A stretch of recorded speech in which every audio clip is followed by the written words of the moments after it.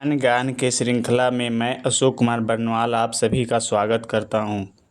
गति एवं विराम। यदि कोई वस्तु किसी अन्य वस्तु के सापेक्ष समय परिवर्तन के साथ अपनी स्थिति में परिवर्तन करती है तो इसे वस्तु की गति की अवस्था कहा जाता है। यदि कोई वस्तु किसी अन्य वस्तु के सापेक्ष समय परिवर्तन के साथ अपनी स्थिति में परिवर्तन ना करे तो इसे वस्तु की विराम अवस्था कहा जाता है। गति एक सापेक्षिक अवधारणा है, अतः किसी व्यक्ति के लिए एक वस्तु गतिशील जबकि दूसरे के लिए वही वस्तु स्थिर प्रतीत हो सकती है। उदाहरण के लिए, यात्रियों की एक बस गति कर रही है तो सड़क पर लगे वृक्ष बस के यात्रियों को गतिशील और सभी यात्री विराम अवस्था में लगेंगे। वही सड़क पर खड़े व्यक्ति को बस तथा यात्री गतिशील और वृक्ष विराम अवस्था में प्रतीत होंगे। दूरी। गति करती हुई वस्तु के द्वारा तय किए गए संपूर्ण मार्ग की लंबाई को दूरी कहते हैं। दूरी एक अदिश राशि है। दूरी का मान हमेशा धनात्मक होता है। चाल। किसी वस्तु द्वारा इकाई समय में तय की गई दूरी के मान को उस वस्तु की चाल कहते हैं। चाल अदिश राशि है। चाल का SI मात्रक मीटर प्रति सेकेंड होता है। वेग इकाई समय में किसी वस्तु द्वारा तय किया गया विस्थापन उस वस्तु का वेग कहलाता है। वेग एक अदिश राशि है। विस्थापन किसी वस्तु की अंतिम स्थिति तथा प्रारंभिक स्थिति के बीच की न्यूनतम दूरी को विस्थापन कहते हैं। विस्थापन एक सदिश राशि है। धन्यवाद। प्रीति कुमारी, गया बिहार से। आज मैं समान विज्ञान की श्रृंखला में द्रव्यमान और भार के बारे में बताने जा रही हूँ। द्रव्यमान। कोई भी वस्तु का द्रव्यमान उसके जड़त्व की माप होता है, अतः कोई वस्तु का जड़त्व उतना ही होता है जितना उसका द्रव्यमान। वस्तु का द्रव्यमान स्थिर रहता है तथा एक स्थान से दूसरे स्थान पर नहीं बदलता, चाहे वस्तु पृथ्वी पर हो या चंद्रमा पर हो या बाह्य अंतरिक्ष में। भार। किसी वस्तु का भार वह बल है जिससे यह पृथ्वी की ओर आकर्षित होता है। बल F बराबर होता है ma मास गुने त्वरण। पृथ्वी का गुरुत्वीय त्वरण g होता है, इसलिए आकर्षण बल F बराबर mg हो जाता है। आकर्षण बल को हम W से निरूपित करते हैं, अतः W बराबर mg। बल तथा भार का SI मात्रक न्यूटन होता है। भार ऊर्ध्वाधर दिशा में नीचे की ओर लगता है, इससे परिमाण और दिशा दोनों होते हैं। इससे पता चलता है कि वस्तु का भार उसके द्रव्यमान तथा गुरुत्वीय त्वरण पर निर्भर करता है, अन्य किसी राशि पर नहीं। धन्यवाद। विज्ञान ज्ञान श्रृंखला में मैं पश्चिम चंपारण के रामनगर से पूनम देवी आप सबों का स्वागत करती हूँ। आज इस श्रृंखला में मेरा विषय है गुरुत्वाकर्षण का केपलर के नियम। योहानेस केपलर एक जर्मन खगोलशास्त्री, गणितज्ञ एवं ज्योतिषी थे, जिनका जन्म 27 दिसंबर 1571 को जर्मनी में हुआ। इन्होंने ग्रहीय गति के 3 नियमों का प्रतिपादन किया था। पहला, ग्रह को सूर्य से जोड़ने वाली रेखा समान समयांतराल में समान क्षेत्रफल तय करती है। दूसरा, ग्रह द्वारा सूर्य की परिक्रमा के कक्षीय अवधि का वर्ग अर्ध दीर्घ अक्ष के घन के समानुपाती होता है। तथा तीसरा, किसी ग्रह की कक्षीय अवधि का वर्ग उसकी कक्षा के अर्ध प्रमुख अक्ष के घन के सीधे अनुपातिक है। धन्यवाद। जय हिंद, जय भारत।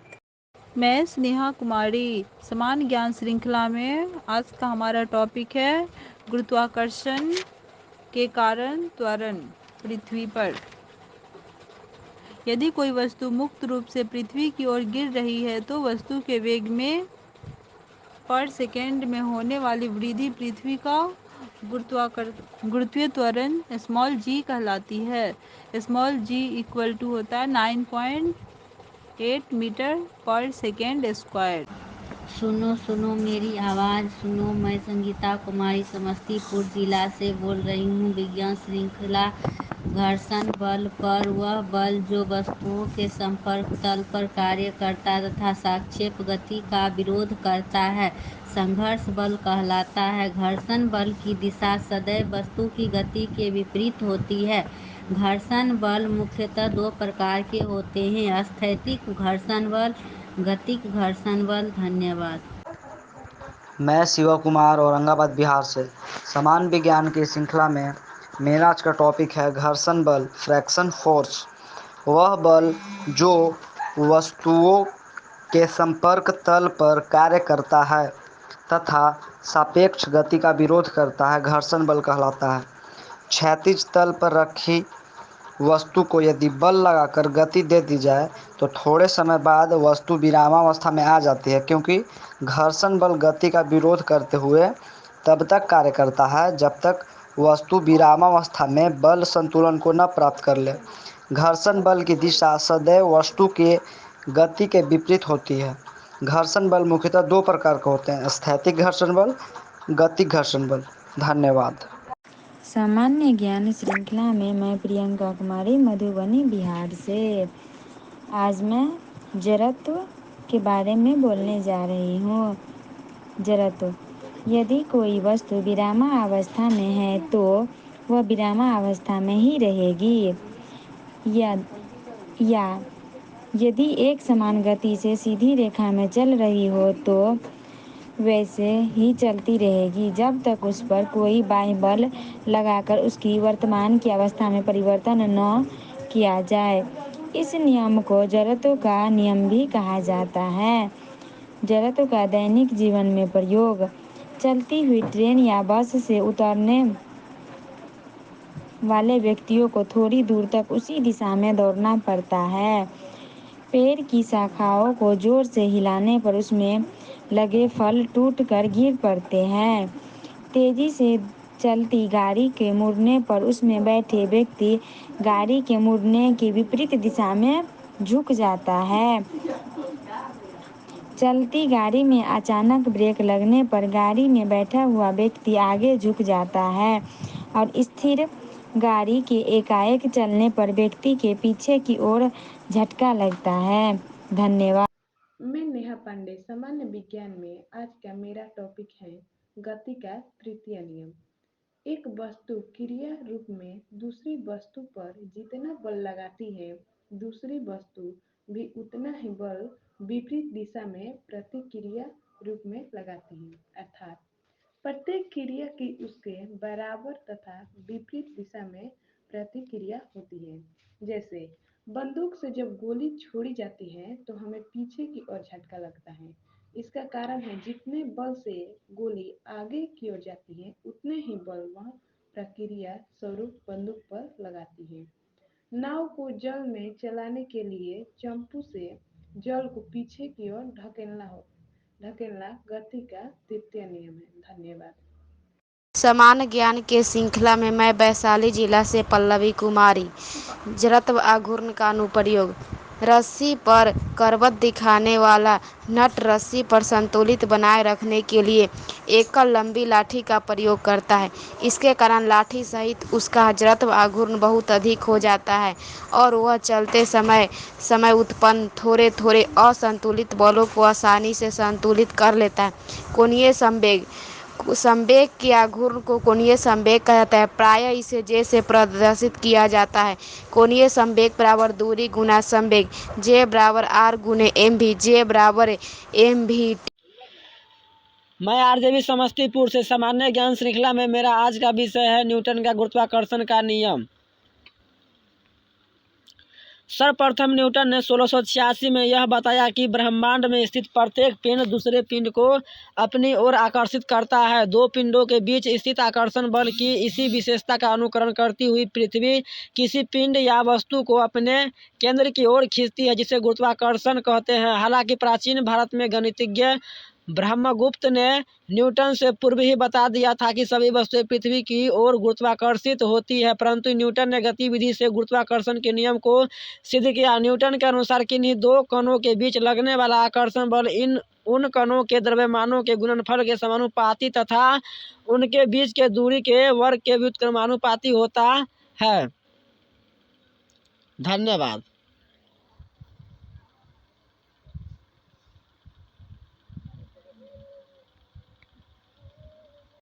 मैं मधुमाला कुमारी बिहार डिस्ट्रिक्ट बेगूसराय जिला से सामान्य श्रृंखला में आज का टॉपिक अभिकेंद्री बल का उदाहरण। जब कोई कार सड़क के मोड़ पर पहुंचती है तो उसे मुड़ने के लिए आवश्यक अभिकेंद्री बल टायरों तथा सड़क के बीच लगने वाले घर्षण बल से प्राप्त हो जाता है। ग्रहों को सूर्य के परिक्रमण के लिए एवं उपग्रहों को ग्रहों परिक्रमण के लिए आवश्यक अभिकेंद्री बल गुरुत्वाकर्षण बल से प्राप्त होता है। किसी परमाणु के नाभिक के चारों ओर वृत्तीय कक्षाओं में इलेक्ट्रॉन को घूमने के लिए आवश्यक अभिकेंद्री बल विद्युत आकर्षण बल से प्राप्त होता है।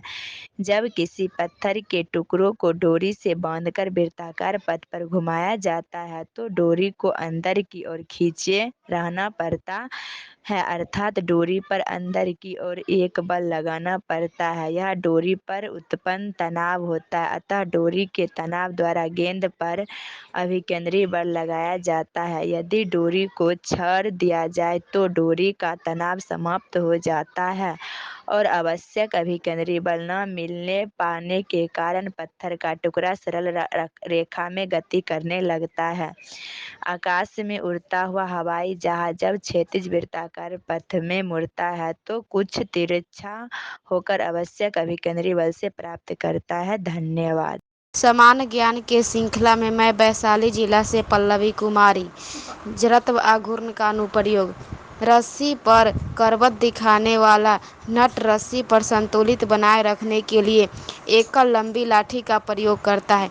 इसके कारण लाठी सहित उसका जड़त्व आघूर्ण बहुत अधिक हो जाता है और वह चलते समय उत्पन्न थोड़े थोड़े असंतुलित बलों को आसानी से संतुलित कर लेता है। कोणीय संवेग। संवेग के आघूर्ण को कोणीय संवेग कहा जाता है। प्रायः इसे जे से प्रदर्शित किया जाता है। कोणीय संवेग बराबर दूरी गुना संवेग, जे बराबर आर गुने एम भी, जे बराबर एम भी। मैं लक्ष्मी कुमारी, मेरा आज का टॉपिक है चंद्रमा पर वस्तु का भार।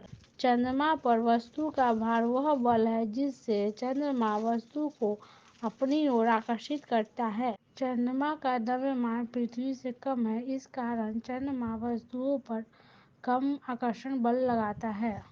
चंद्रमा का गुरुत्वीय त्वरण पृथ्वी की तुलना में 1/6 है, अतः चंद्रमा पर किसी व्यक्ति का जितना भार होगा उसका उतना भार 1/6 पृथ्वी पर होगा।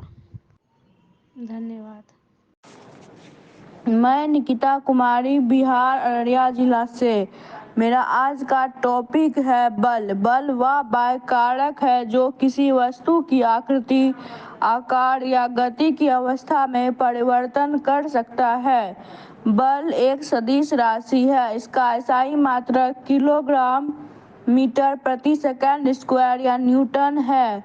उदाहरण: स्थिर रखे फुटबॉल पर खिलाड़ी बल लगाकर उसे गतिशील कर देता है। लोहे की एक सीधी छड़ पर बल लगाकर उसे टेढ़ा किया जा सकता है। धन्यवाद।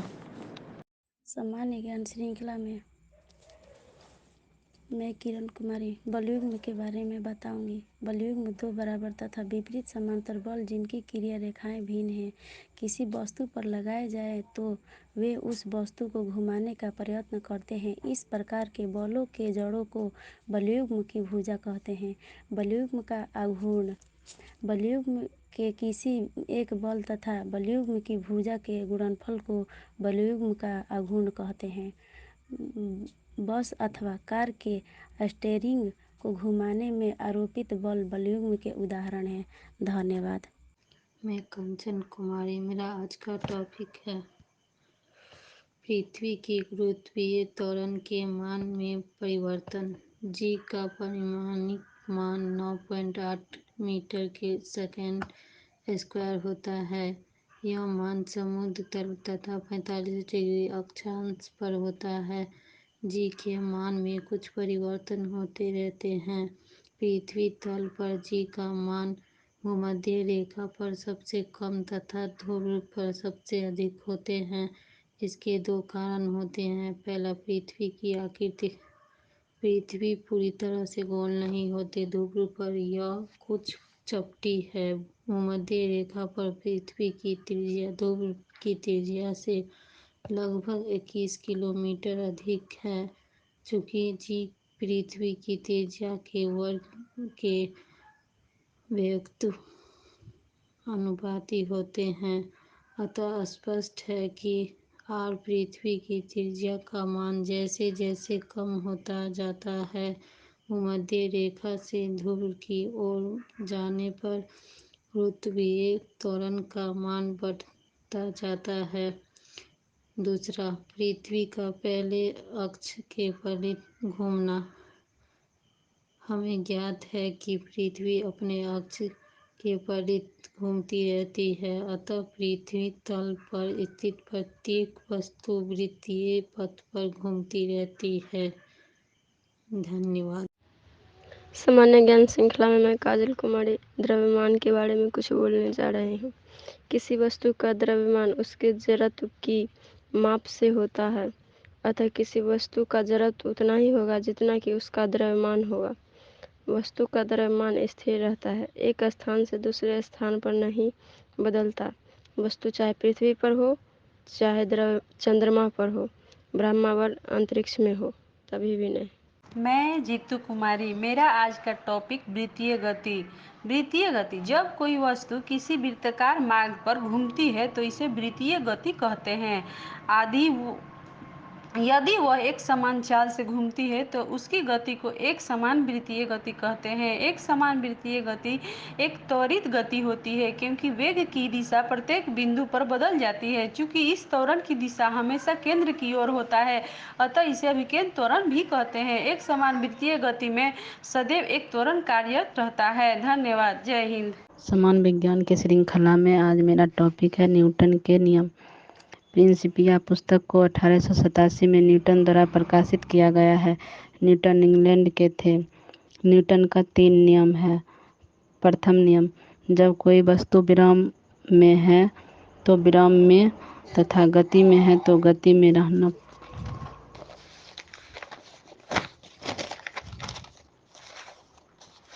रहता है। इसे जड़त्व एवं गैलीलियो के नियम भी कहा जाता है। इसे बल का परिभाषा प्राप्त होता है।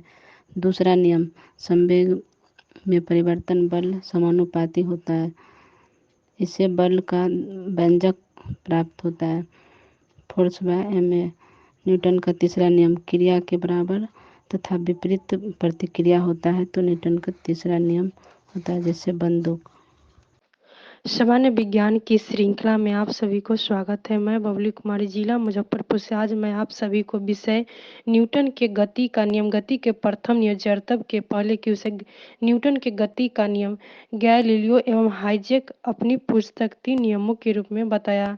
न्यूटन के गति नियम कहा जाता है। गति के प्रथम नियम, जड़त्व का नियम, यदि कोई वस्तु विराम अवस्था में है तो वह विराम अवस्था में रहेगी। यह एक समान गति से सीधी रेखा में चल रही है तो वैसे ही चलती रहेगी जब तक उस पर कोई बाह्य बल लगाकर उसकी वर्तमान अवस्था में परिवर्तन न किया जाए। इस नियम को जड़त्व का नियम भी कहते हैं। धन्यवाद। मैं अंकुर कुमार, पटना बिहार से।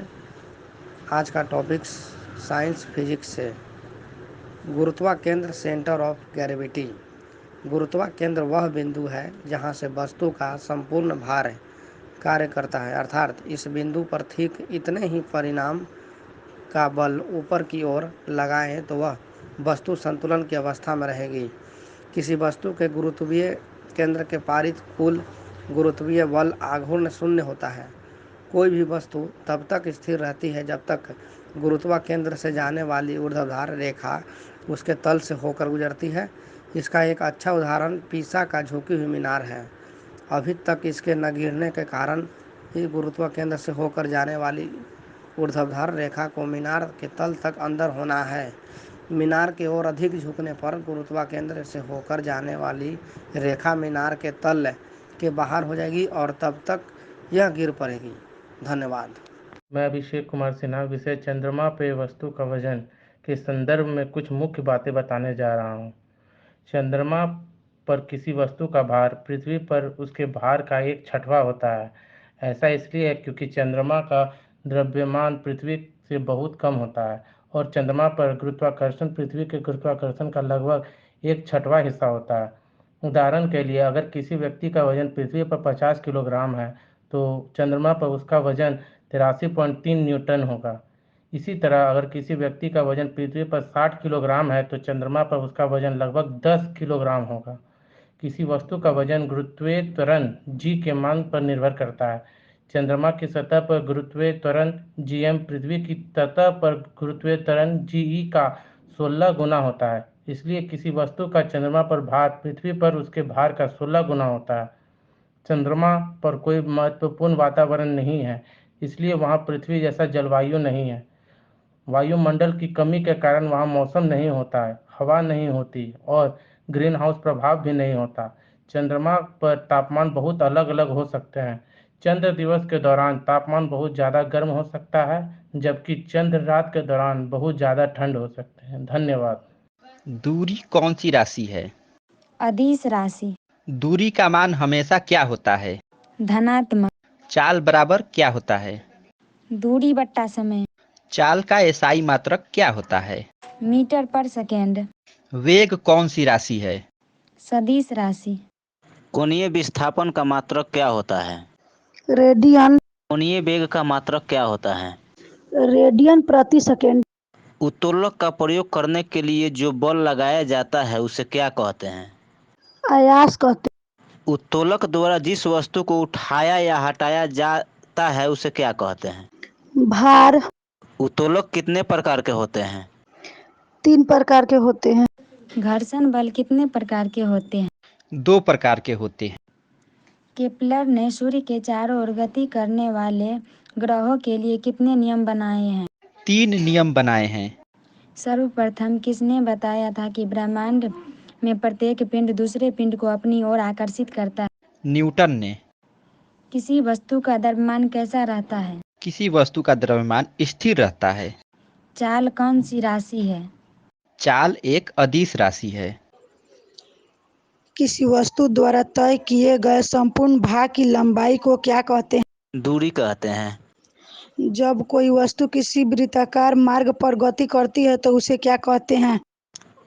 वृत्तीय गति। भिन्न भिन्न द्रव्यमान के कणों को पृथक करने वाले यंत्रों को क्या कहते हैं? अपकेंद्रित। पृथ्वी की आकृति ध्रुवों पर कैसी है? कुछ चपटी। पृथ्वी तल से नीचे जाने पर जी का मान क्या होता है? घटता है।